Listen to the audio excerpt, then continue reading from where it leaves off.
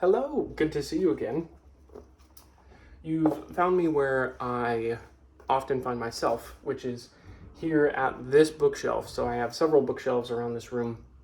This one in particular has been my favorite in the last year. So because I've been reading Arthurian literature, this is where all of my Arthurian things are. I also have this collection here, which is English monarchs. And then down here on this shelf are most, if not all, of my books on poetry. And then I have children's poetry just one shelf down for my children, and I also enjoy it very much too.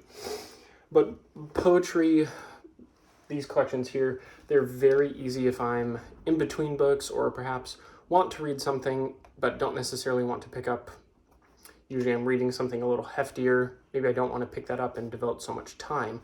Poetry is very easy to just pull one of these off the shelf and just flip through. The other day I was flipping through my collected poems of Yeats, and just now I picked up my copy of Tennyson's poetical works. So of course Alfred Lord Tennyson, he was born at the beginning of the 19th century, and he served as poet laureate from 1850 to his death. And as far as I know, he's really considered the poet of the Victorian era. The themes in his poetry are first very musical, like even in the Idylls of the King that I recently actually just read for the first time. The meter and the rhyme, it's very, very musical. And the themes he touches on are really anything from, traditional heroism to he does also illustrate the tension between traditional heroism, like in Idylls of the King or in his poem Ulysses, with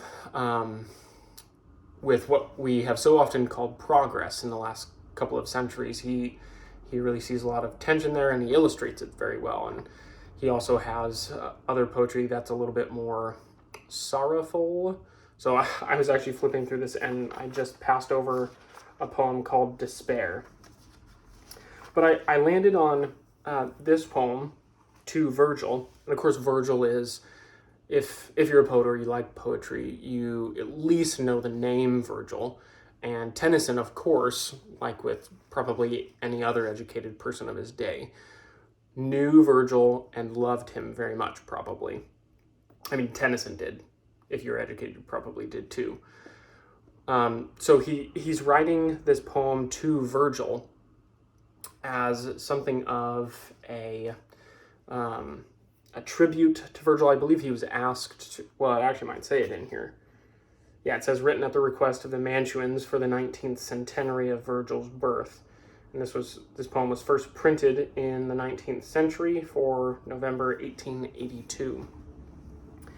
And, of course, he's writing this as really an ode following Virgil's career. So he kind of hints at and talks about Virgil's poetry in his great work like the Aeneid, but he also touches on in Virgil and his use of language and his illustration of just the natural order and natural beauty in the world and things of that nature, things more pastoral, so like Virgil's eclogues or his Georgics that I have here.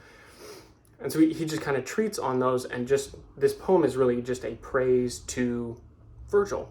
He liked him so much, so it's like a salute from one great poet to another. So I thought you might enjoy hearing this because I just read through this myself. So I'll just read this to you. Roman Virgil, thou that singest, Ilion's lofty temples robed in fire, Ilion falling, Rome arising, wars and filial faith and Dido's pyre. Landscape lover, lord of language, more than he that sang the works and days, all the chosen coin of fancy flashing out from many a golden phrase. Thou that singest wheat and woodland, tilth and vineyard, hive and horse and herd, all the charm of all the muses often flowering in a lonely word. Poet of the happy Tityrus, piping underneath his beechen bowers, poet of the poet satyr, whom the laughing shepherd bound with flowers. chanter of the polio, glorying in the blissful years again to be, summers of the snakeless meadow, unlaborious earth and oarless sea. Thou that seest universal, nature moved by universal mind, thou majestic in thy sadness at the doubtful doom of humankind.